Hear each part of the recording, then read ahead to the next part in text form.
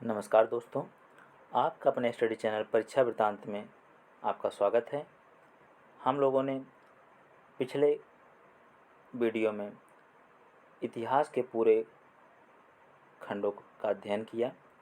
प्राचीन भारत के इतिहास, मध्यकालीन भारत के इतिहास, आधुनिक भारत के इतिहास का क्रमवार और तथ्यात्मक सभी पहलुओं पर अवलोकन किया। जहाँ से प्रश्न उठते हैं उसका विशेष तौर पर अवलोकन किया गया। आज के वीडियो में हम भारत का संविधान एवं राज्य व्यवस्था, इसको 2 वीडियो में समाप्त करेंगे और उन सभी प्रश्नों का आप देखेंगे इसमें निचोड़ है जो विगत परीक्षाओं में पूछे गए हैं या आगामी किसी परीक्षा में पूछे जाएंगे। आज के इस खंड के अंतर्गत हम अध्ययन करेंगे भारत का संवैधानिक विकास और उसके बाद भारतीय संविधान सभा का गठन और उसकी प्रक्रिया और संविधान सभा के प्रमुख समितियां एवं उनके अध्यक्ष, संविधान के स्रोत, उद्देशिका, प्रस्तावना, राष्ट्रीय प्रतीक, नए राज्यों का गठन, मूल अधिकार जो भाग 3 के अंतर्गत है, मूल कर्तव्य जो भाग 4 का के अंतर्गत है, भारत का राष्ट्रपति और राष्ट्रपति पर महाभियोग लगाने की प्रक्रिया और राष्ट्रपति से संबंधित महत्वपूर्ण अनुच्छेद, उपराष्ट्रपति, केंद्रीय मंत्रिपरिषद, महान्यायवादी, नियंत्रक, महालेखा परीक्षक, संसद और संसद के अंग जैसे Rajya Sabha, Lok Sabha,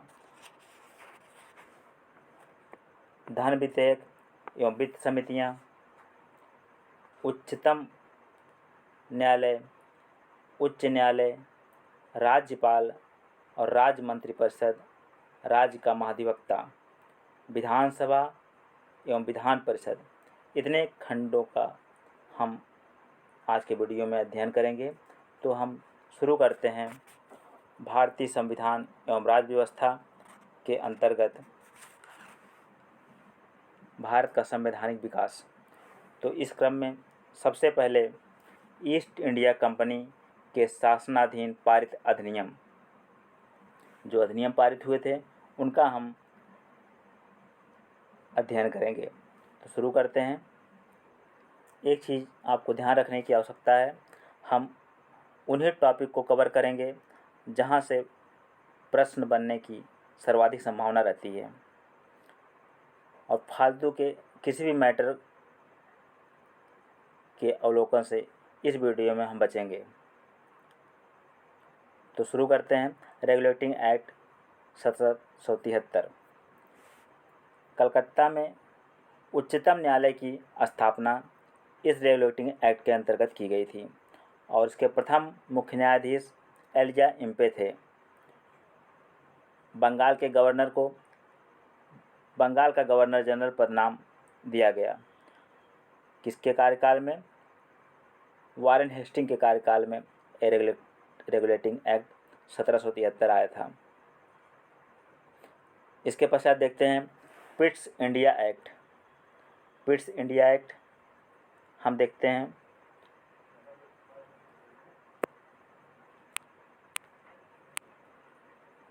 Pitt's India act 1784, इसमें नियंत्रण परिषद की स्थापना हुई। फिर चार्टर एक्ट 1813, ये बहुत इम्पॉर्टेंट है।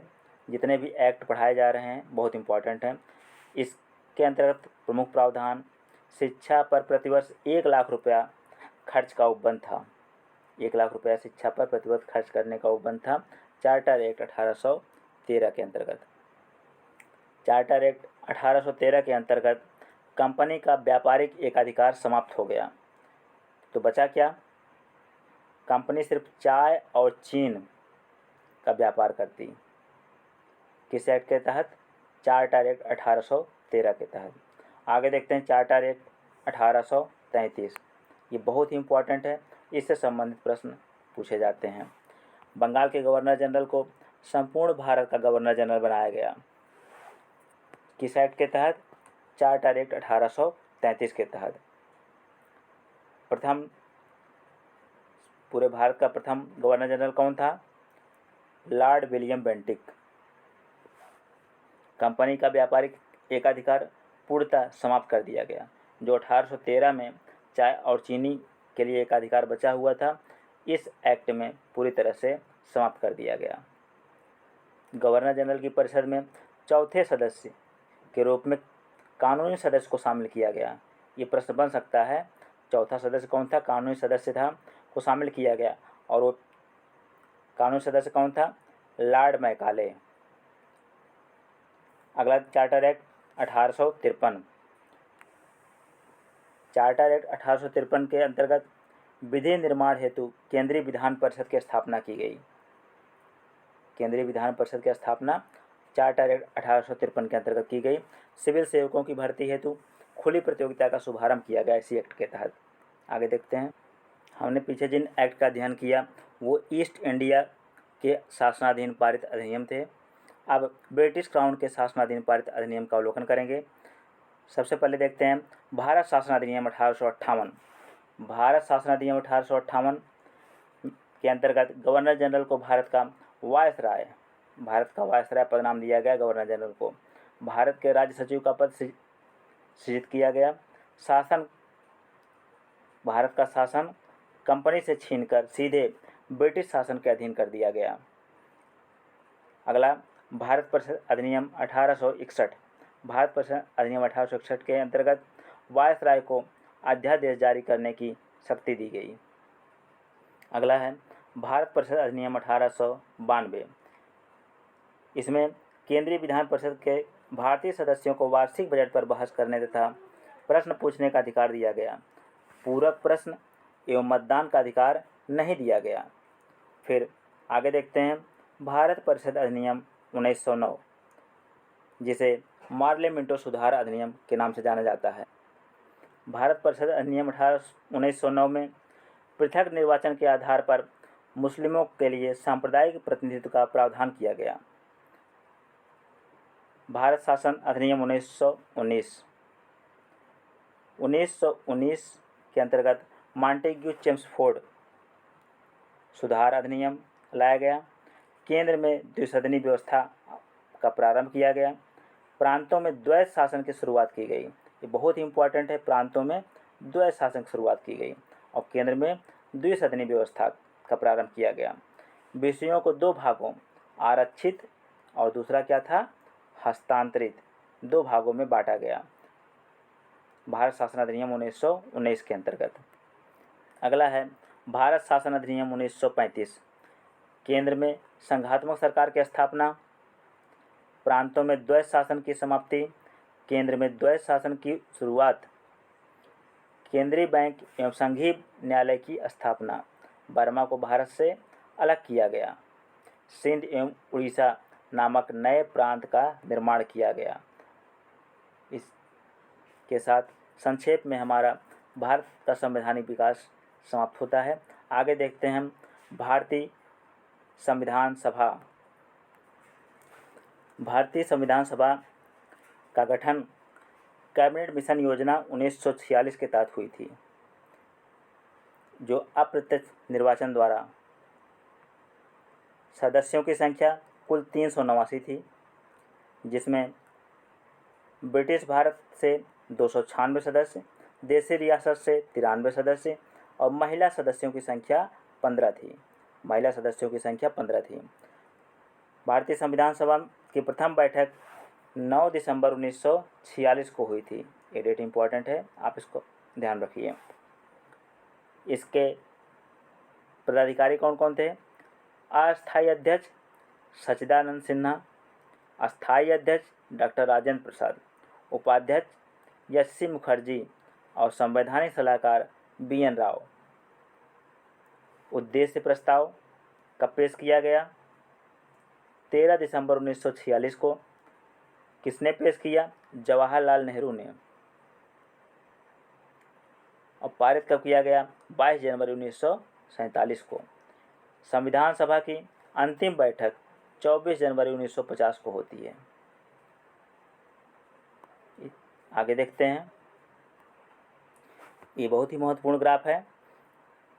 इससे प्रश्न अक्सर परीक्षा में पूछे जाते हैं।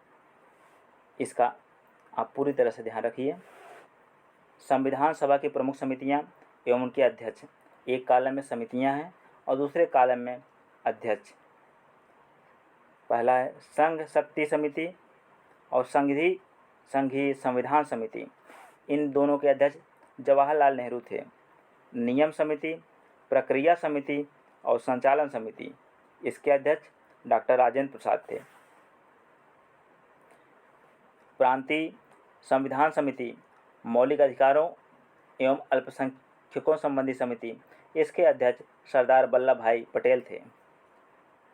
प्रारूप समिति का गठन 29 अगस्त 1947 को किया गया था। ये 7 सदस्यीय थी, जिसके अध्यक्ष डॉक्टर भीमराव अंबेडकर थे। एक नज़र देखते हैं भारत का संविधान। 26 नवंबर 1949 को भारत का संविधान सभा द्वारा पारित किया गया। 26 जनवरी 1950 से लागू किया गया। निर्माण में कुल 2 वर्ष 11 माह 18 दिन का समय लगा। मूल संविधान में 22 भाग, 28 अनुसूचियाँ और 395 अनुच्छेद हैं। वर्तमान में गणना के दृष्टि से 25 भाग, 12 अनुसूचियाँ और लगभग 465 अनुच्छेद हैं। अगला महत्वपूर्ण बिंदु है संविधान के स्रोत। इसके अंतर्गत हम देखते हैं ब्रिटेन के संविधान से क्या लिया गया है, संयुक्त राज्य अमेरिका के संविधान से क्या लिया गया है, कनाडा के संविधान से क्या लिया गया है, आयरलैंड के संविधान से, जर्मनी के संविधान से क्या लिया गया है, सोवियत संघ के संविधान से क्या लिया गया है, दक्षिण अफ्रीका के संविधान से क्या लिया गया है और जापान के संविधान से क्या लिया गया है।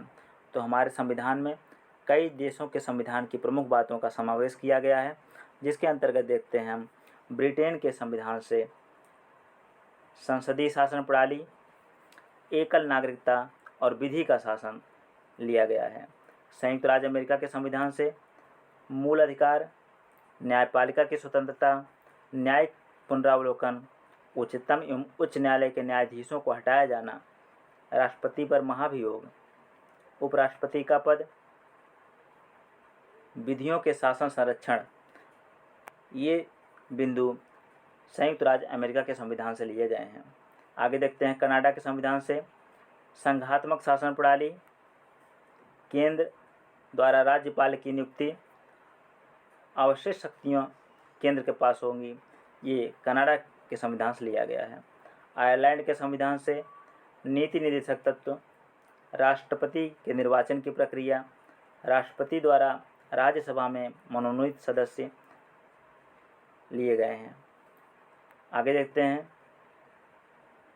जर्मनी के संविधान से आपातकाल लिया गया है। जर्मनी के संविधान से आपातकाल, ये बहुत ही महत्वपूर्ण है। और सोवियत संघ के संविधान से मूल कर्तव्य। आगे दक्षिण अफ्रीका के संविधान से संविधान संशोधन प्रक्रिया ली गई है और जापान के संविधान से विधि द्वारा स्थापित प्रक्रिया। उद्देशिका या प्रस्तावना से संबंधित महत्वपूर्ण तथ्य जो परीक्षा में बार बार पूछे जाते हैं। तो सबसे पहला बिंदु है उद्देशिका। भारत होगा एक संपूर्ण प्रभुत्व संपन्न समाजवादी पंथनिरपेक्ष लोकतंत्रात्मक गणराज्य।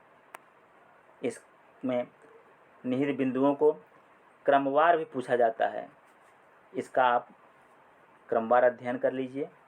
ये क्रम ही रहेगा, यही क्रम रहेगा। और कौन कौन से बिंदु हैं, आपको बिंदु से भटकना नहीं है। न्याय, भारत के प्रस्तावना में सामाजिक, आर्थिक और राजनीतिक न्याय की बात की गई है, धार्मिक न्याय की बात नहीं की गई। आप ध्यान रखना, 3 न्याय हैं। कौन कौन से? सामाजिक, आर्थिक और राजनीतिक न्याय। स्वतंत्रता कौन कौन सी है?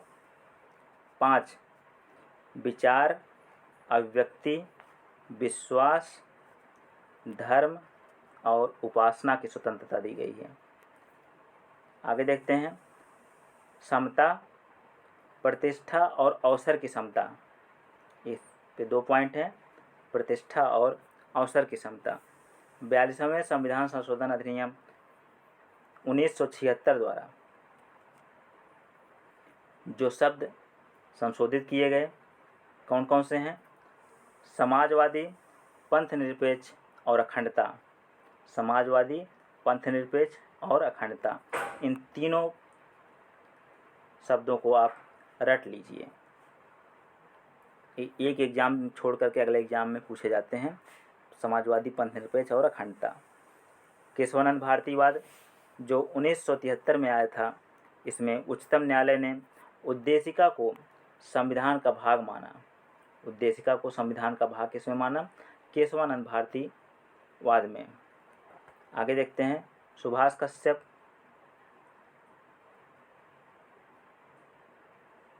ने उद्देशिका को संविधान की आत्मा कहा है। यहाँ पे जो पॉइंट लिखा गया जवाहरलाल नेहरू, जवाहरलाल नेहरू के स्थान पर आप सुभाष कश्यप कर लीजिए।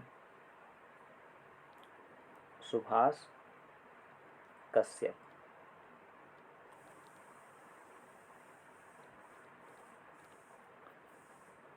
के.एम. मुंशी ने उद्देशिका को राजनीतिक जनपत्री कहा है।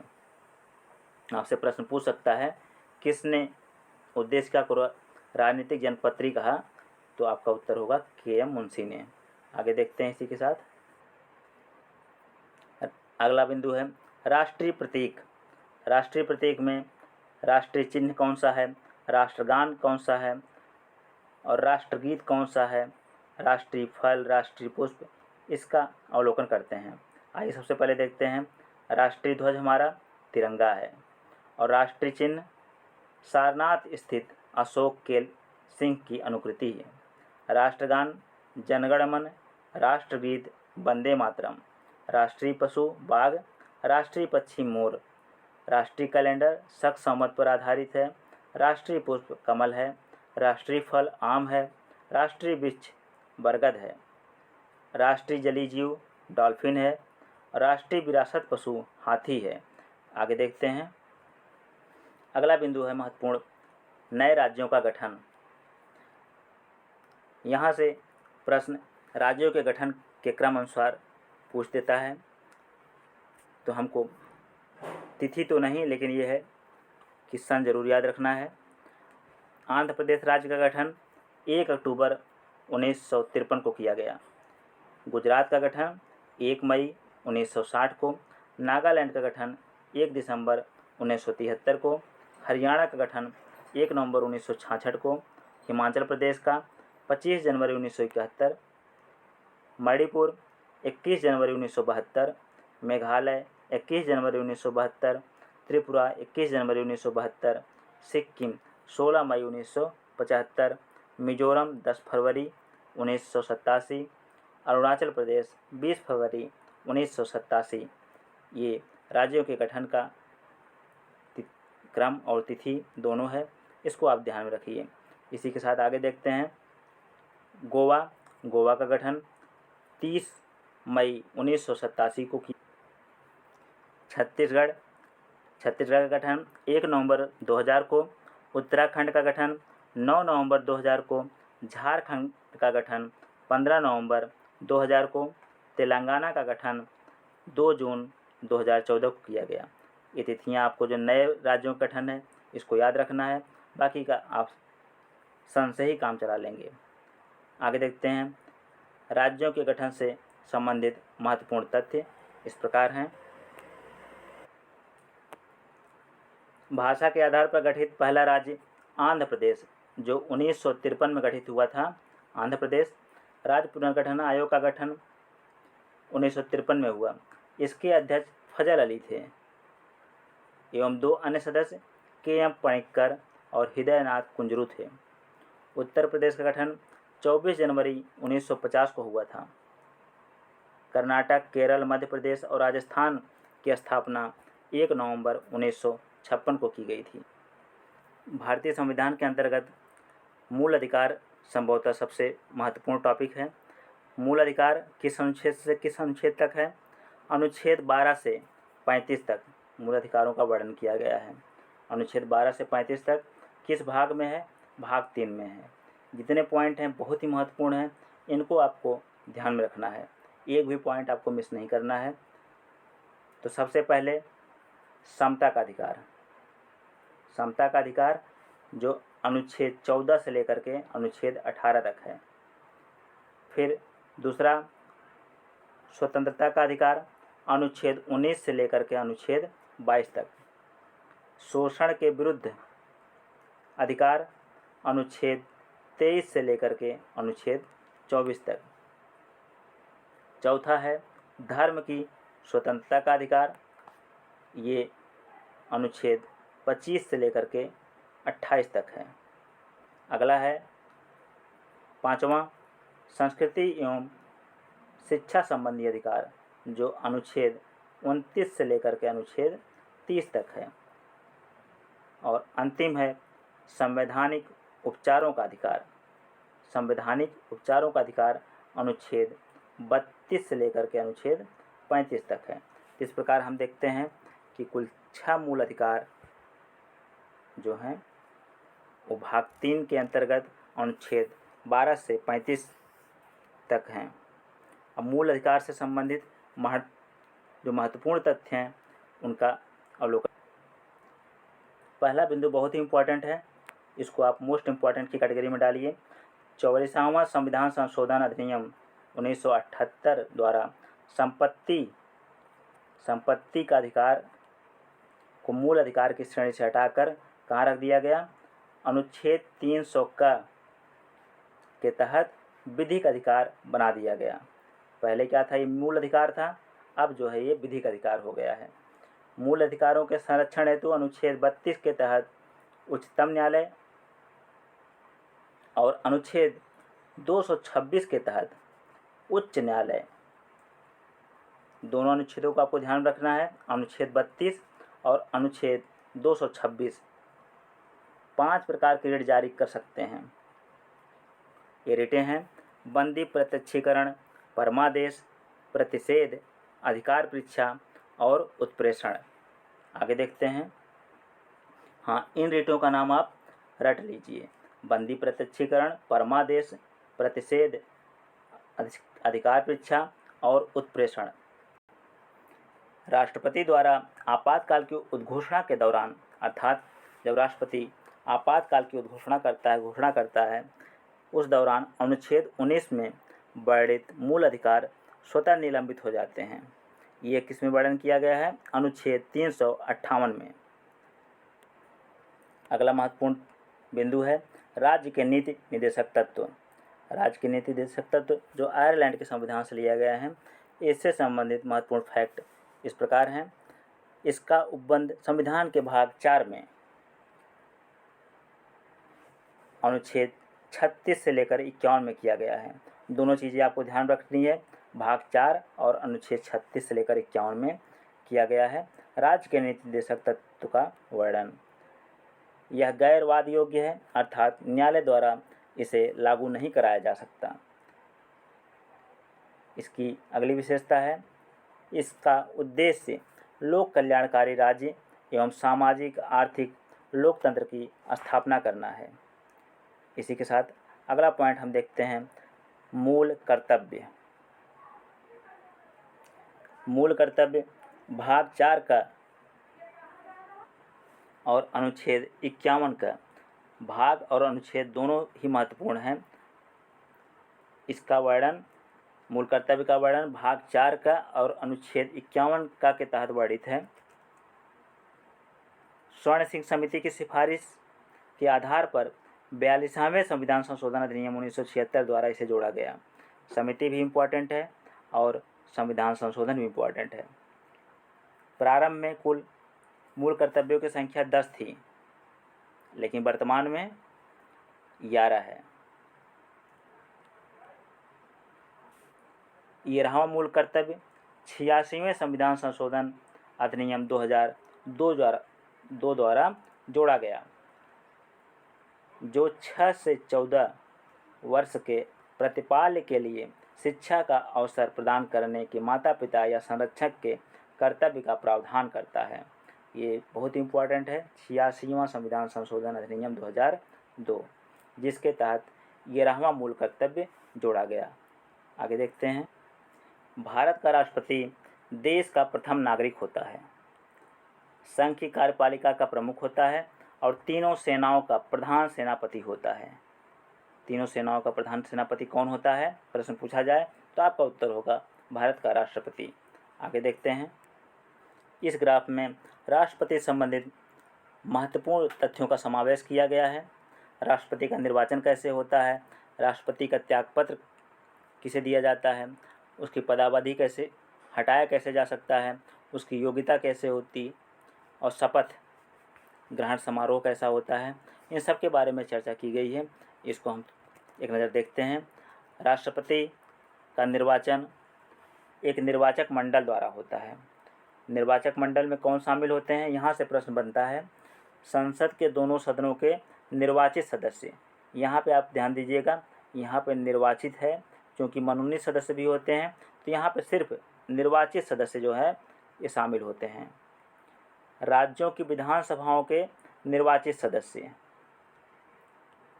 चूँकि विधानसभाओं के निर्वाचित सदस्य इसमें भी मनोनीत सदस्य नहीं हैं, और न तो राज्यों की विधान परिषद के सदस्य। संसद के दोनों सदन मतलब राज्यसभा और लोकसभा दोनों के निर्वाचित सदस्य, राज्यों की विधानसभाओं के निर्वाचित सदस्य, और तीसरा दिल्ली और पुद्दुचेरी विधानसभा के निर्वाचित सदस्य शामिल होते हैं। त्यागपत्र किसको देता है राष्ट्रपति, उपराष्ट्रपति को सौंपता है। राष्ट्रपति की पदावधि 5 वर्ष होती है, और राष्ट्रपति को कैसे हटाया जा सकता है, महाभियोग द्वारा। राष्ट्रपति की योग्यता, पहली योग्यता है कि भारत का नागरिक हो, दूसरी योग्यता है 35 वर्ष की आयु पूरी कर चुका हो, तीसरी योग्यता है लोकसभा का सदस्य निर्वाचित होने के लिए योग्य हो। हमने देखा राष्ट्रपति की 3 योग्यताएं, भारत का नागरिक हो, 35 वर्ष की आयु पूरी कर चुका हो, लोकसभा का सदस्य निर्वाचित होने के लिए योग्य हो। आगे देखते हैं राष्ट्रपति की शपथ। राष्ट्रपति शपथ किसके समक्ष लेता है, भारत के मुख्य न्यायाधीश उसकी अनुपस्थिति में उच्चतम न्यायालय के उपलब्ध वरिष्ठतम न्यायाधीश के समक्ष राष्ट्रपति शपथ लेता है।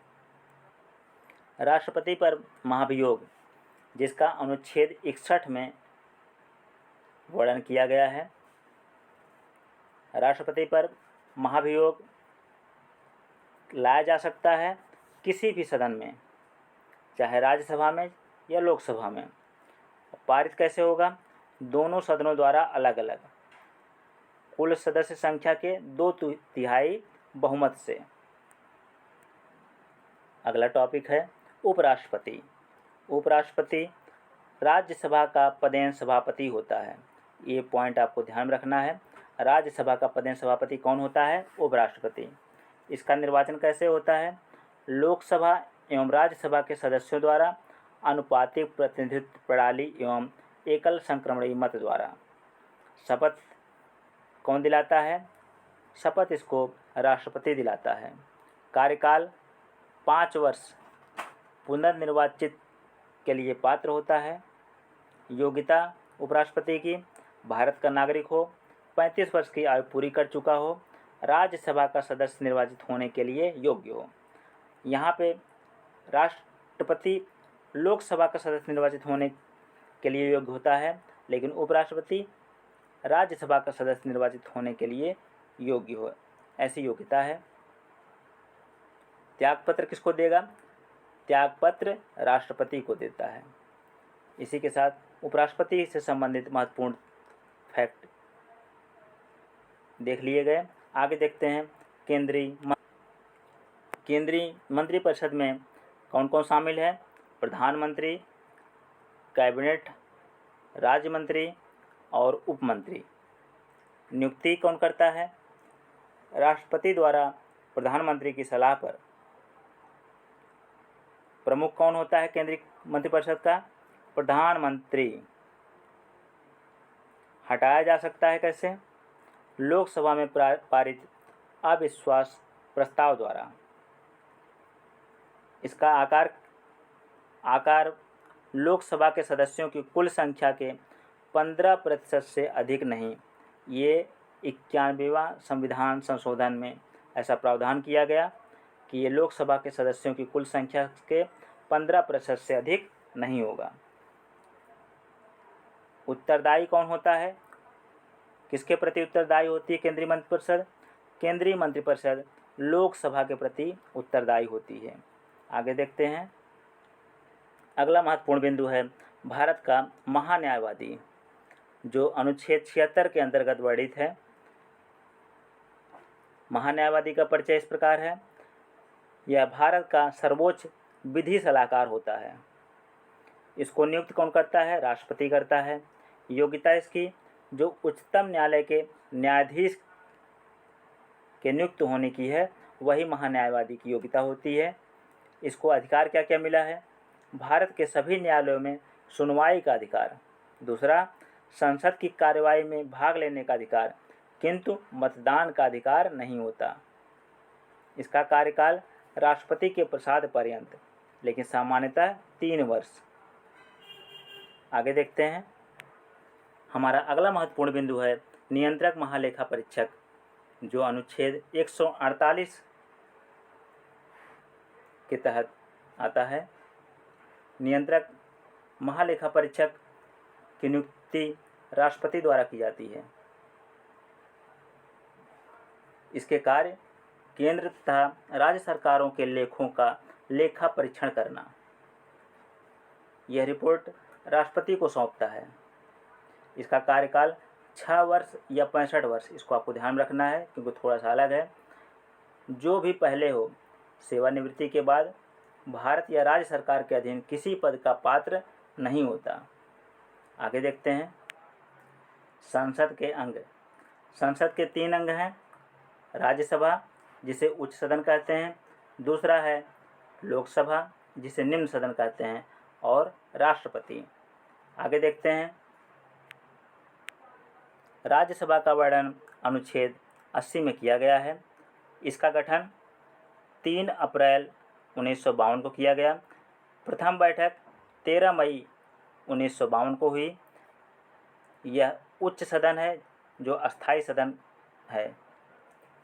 सदस्य संख्या कितनी निर्धारित है? 250, जिसमें 238 निर्वाचित और 12 मनोनीत होते हैं। वर्तमान में 245 सदस्य हैं, जिसमें 233 निर्वाचित और 12 मनोनीत हैं। सदस्य निर्वाचित होने के लिए न्यूनतम आयु 30 वर्ष है। सदस्य का कार्यकाल 6 वर्ष होता है। आगे देखते हैं। पदेन सभापति कौन होता है? उपराष्ट्रपति। 1/3 सदस्य प्रत्येक 2 वर्ष की समाप्ति पर सेवानिवृत्त हो जाते हैं। ये बहुत ही इम्पोर्टेंट पॉइंट है। कितने सदस्य 2 वर्ष की समाप्ति पर सेवानिवृत्त हो जाते हैं? 1/3 सदस्य। प्रथम सभापति डॉक्टर सर्वपल्ली राधाकृष्णन थे। आगे देखते हैं। राज्यसभा के बाद लोकसभा। लोकसभा अनुच्छेद 81 के अंतर्गत वर्णित है। अनुच्छेद 81 लोकसभा का प्रावधान किसमें है? अनुच्छेद 81 में। निम्न सदन है, जो अस्थायी है। सदस्य संख्या कितनी निर्धारित है? 550, जिसमें से 530 राज्यों से, 20 संघ राज्य क्षेत्र से। वर्तमान में 543, जिसमें 524 राज्यों से और 19 संघ राज्य क्षेत्रों से। सदस्य निर्वाचित होने की न्यूनतम आयु 25 वर्ष है। सदस्य का कार्यकाल 5 वर्ष। प्रथम अधिवेशन हुआ था 13 मई 1952 को। प्रथम लोकसभा अध्यक्ष गणेश वासुदेव मावलंकर हैं। आगे देखते हैं। प्रथम महिला लोकसभा अध्यक्ष मीरा कुमार हैं। दोनों सदनों की संयुक्त बैठक का प्रावधान अनुच्छेद 108 में है। कारण क्या होता है संयुक्त बैठक बुलाने का? किसी विधेयक के दोनों सदनों के बीच मतभेद की स्थिति में, दोनों सदनों के बीच यदि किसी विधेयक को लेकर मतभेद हो तब संयुक्त बैठक बुलाई जाती है। आहूत कौन करता है? राष्ट्रपति। राहुत मतलब बुलाता है। अध्यक्षता कौन करता है? लोकसभा अध्यक्ष। विधेयक पारित होता है साधारण बहुमत से। नहीं बुलाई जा सकती कब? संविधान संशोधन विधेयक की दशा में। संविधान संशोधन विधेयक की दशा में नहीं बुलाई जा सकती। अब तक बुलाई गई है कितनी बार? 3 बार। 3 बार संयुक्त बैठक बुलाई गई है। धन विधेयक। धन विधेयक से संबंधित अनुच्छेद 110 है। कौन निर्णय करता है कि ये धन विधेयक है कि नहीं है? लोकसभा का अध्यक्ष। पेश किया जाता है लोकसभा में, ये राज्यसभा में पेश नहीं किया जाता, ये ध्यान रखना है आपको। राज्यसभा रोक सकती है कितने दिनों तक? 14 दिनों तक, अधिकतम 14 दिन तक राज्यसभा इसको रोक सकती है। आगे देखते हैं। वित्त समितियां। प्राक्कलन समिति, लोक लेखा समिति, लोक उपक्रम समिति। प्राक्कलन समिति में कुल 30 सदस्य होते हैं, जिसमें सभी केवल लोकसभा से होते हैं। लोक लेखा समिति में कुल 22 सदस्य होते हैं, जिसमें लोकसभा से 15 और राज्यसभा से 7 सदस्य होते हैं। लोक उपक्रम समिति में कुल 22 सदस्य होते हैं, जिसमें लोकसभा से 15 और राज्यसभा से 7।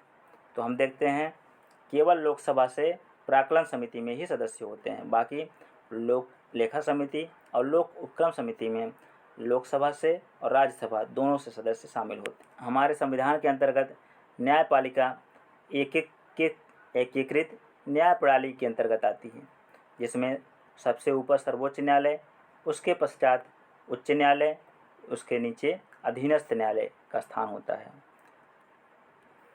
अगला अवलोकन का महत्वपूर्ण बिंदु उच्चतम या सर्वोच्च न्यायालय है, जिसका वर्णन अनुच्छेद 124 में किया गया है।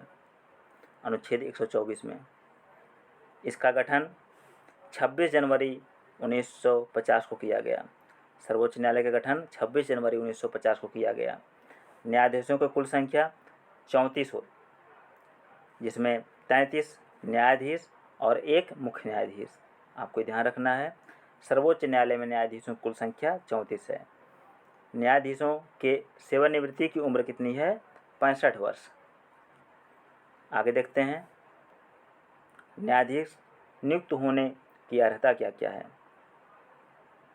पहली अर्हता है भारत का नागरिक हो, उच्च न्यायालय या ऐसे 2 या अधिक न्यायालयों में कम से कम 5 वर्ष तक न्यायाधीश रहा हो, उच्च न्यायालय या ऐसे 2 या अधिक न्यायालयों में कम से कम 10 वर्ष तक अधिवक्ता रहा हो। तीसरा है राष्ट्रपति की राय में पारंगत विधिवेत्ता हो। सर्वोच्च न्यायालय के न्यायाधीश की नियुक्ति कौन करता है? न्यायाधीश की नियुक्ति राष्ट्रपति द्वारा की जाती है कॉलेजियम की सिफारिश पर। कॉलेजियम में शामिल कौन होता है? भारत के मुख्य न्यायाधीश, उच्चतम न्यायालय के 4 वरिष्ठतम न्यायाधीश। अगला बिंदु है न्यायाधीशों को शपथ कौन दिलाता है? राष्ट्रपति। न्यायाधीशों को हटाया जा सकता है कैसे? सिद्ध कदाचार या असमर्थता के आधार पर संसद के प्रत्येक सदन द्वारा उपस्थिति एवं मतदान करने वाले सदस्यों के कम से कम 2/3 बहुमत से। अगला चर्चा का महत्वपूर्ण बिंदु है उच्च न्यायालय। उच्च न्यायालय अनुच्छेद 214 में वर्णित है। वर्तमान में कुल उच्च न्यायालयों की संख्या 25 है। न्यायाधीशों को नियुक्त करता है राष्ट्रपति कॉलेजियम की सिफारिश पर। न्यायाधीशों को शपथ कौन दिलाता है? संबंधित राज्य का राज्यपाल। न्यायाधीशों के नियुक्त होने की अर्हता क्या है? भारत का नागरिक हो, भारत के राज्य क्षेत्र में कम से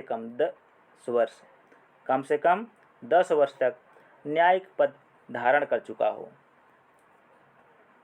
किसी उच्च न्यायालय का या ऐसे 2 या अधिक न्यायालयों का लगातार कम से कम 10 वर्ष तक अधिवक्ता रहा हो। न्यायाधीशों की सेवानिवृत्ति की आयु 62 वर्ष है।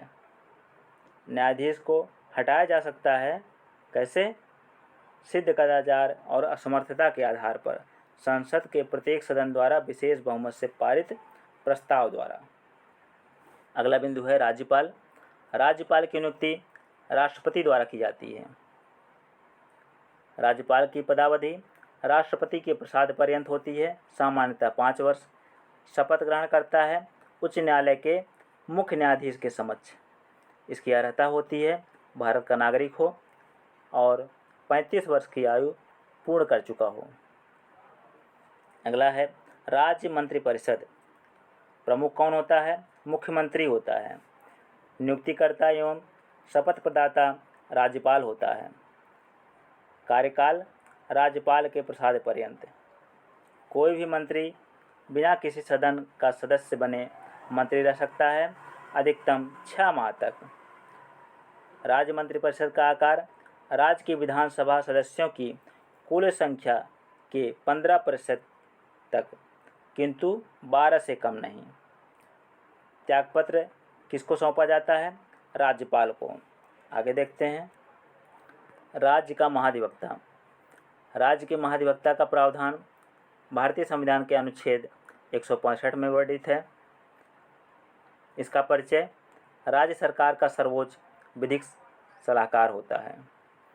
इसकी नियुक्ति राज्यपाल द्वारा की जाती है। कार्यकाल राज्यपाल के प्रसाद पर्यंत होती है। राज्य विधानमंडल के अंग राज्यपाल, विधानसभा, विधान परिषद यदि हो तो ये राज्य विधानमंडल के अंग होते हैं। आगे अगला बिंदु विधानसभा। विधानसभा में सदस्यों की अर्हता जो होती है, पहला है भारत का नागरिक हो, दूसरा है 25 वर्ष की आयु पूरी कर चुका हो। विधानसभा में सीटों की संख्या अधिकतम 500 सीट और न्यूनतम 60 सीट। अपवाद स्वरूप सिक्किम है जहाँ पे 32 सीट है, गोवा तथा मिजोरम में 40 सीटें हैं। सदस्यता समाप्त हो सकती है सदन की बैठकों में बिना अनुमति लगातार 60 दिनों तक अनुपस्थित रहने पर। सर्वाधिक सीटों वाला राज्य उत्तर प्रदेश जहाँ पे 403 सीटें हैं और न्यूनतम सीटों वाला राज्य सिक्किम है जहाँ पे 32 सीटें हैं। विधान परिषद सदस्यों की संख्या अधिकतम राज्य विधानसभा सीटों की कुल संख्या का 1/3, न्यूनतम 40 से कम नहीं। विधान परिषद युक्त राज्य हैं उत्तर प्रदेश जहाँ पे 100 सीटें हैं, बिहार 58 सीटें, महाराष्ट्र 78 सीटें, कर्नाटक 75 सीटें, आंध्र प्रदेश 58 सीटें और तेलंगाना 40 सीटें। अस्थाई सदन विधान परिषद होता है। सदस्य बनने की अर्हता भारत का नागरिक हो और 30 वर्ष की आयु पूरी कर चुका हो। सदस्यों का कार्यकाल 6 वर्ष होता है। इसी के साथ हमारा आज का सेगमेंट समाप्त होता है। उम्मीद करते हैं आपको वीडियो पसंद आई होगी और इससे संबंधित प्रश्नों को हल ज़रूर करिएगा। अब देखिएगा कि ये वीडियो और दी गई जानकारी कितनी सटीक रहती है और आपकी परीक्षा के दृष्टिकोण से कितनी उपयोगी है।